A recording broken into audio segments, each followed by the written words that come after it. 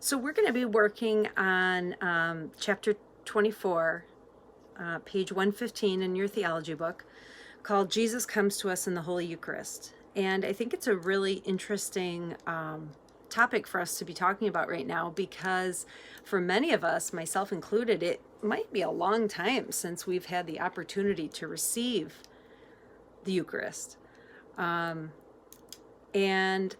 it's kind of one of those times where we begin to realize how important our relationship is with God, and that we make it a strong relationship, because sometimes, through no fault of our own, one of the most important parts of our relationship as being a child of God is taken away from us, like the fact that we aren't able to go to church and receive Holy Communion. So it really makes us realize how important it is to be strong in our faith, because we never really know when an obstacle is going to come up. And this is a really big obstacle that's kept us away from the Eucharist, but sometimes small obstacles do too.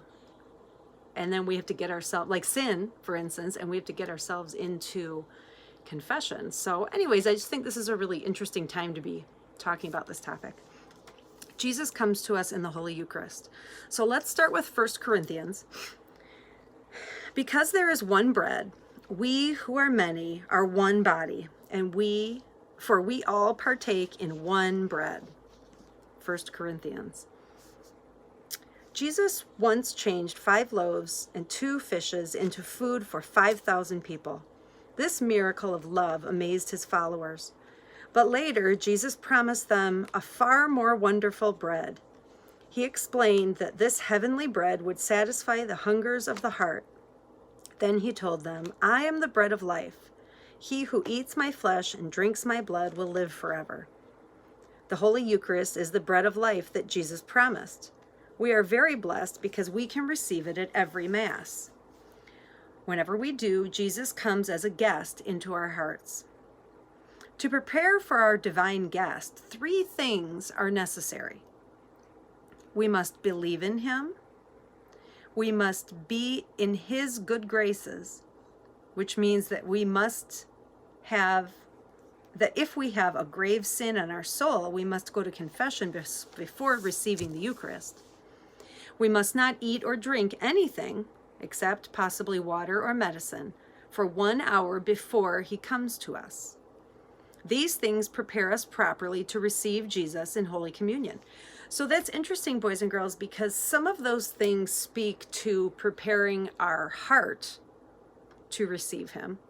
Some of those things speak to preparing our actual body to receive him. So we are told that in our heart we can't hold sins, because we don't want Jesus in our heart with sins. And we're told that in our stomachs, our actual stomachs, that we should not hold food right before we receive him, so that we make ourselves a clean and holy offering to God. And if you think about in the Jewish faith about the sacrifices that they would offer to God, remember how a clean sacrifice was really important. So they always picked, their best animal, always killed it in a very certain way, right? So they didn't want to offer God junk, right?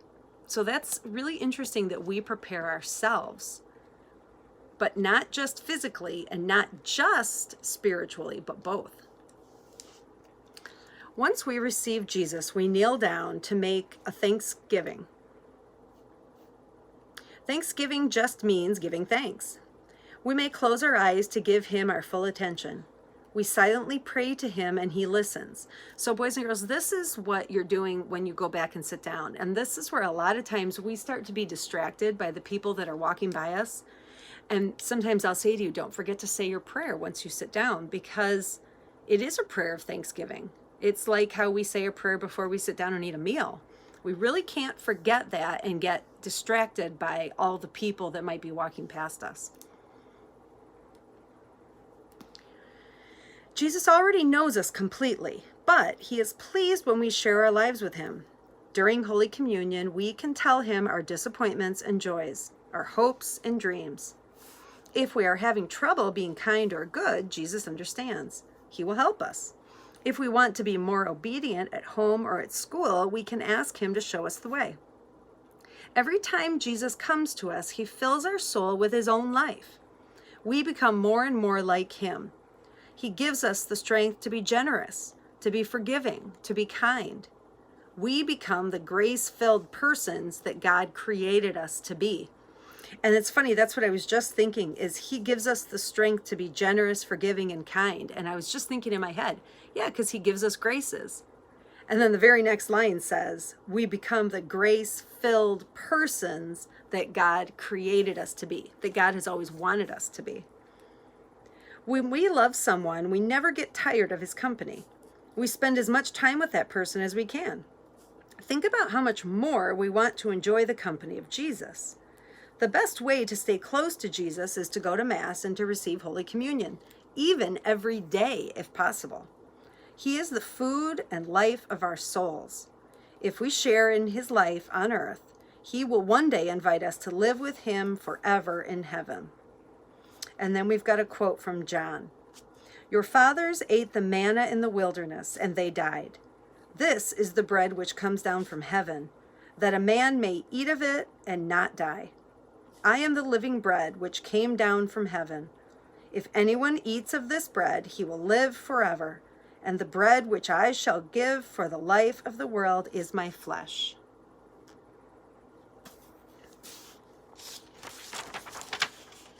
All right.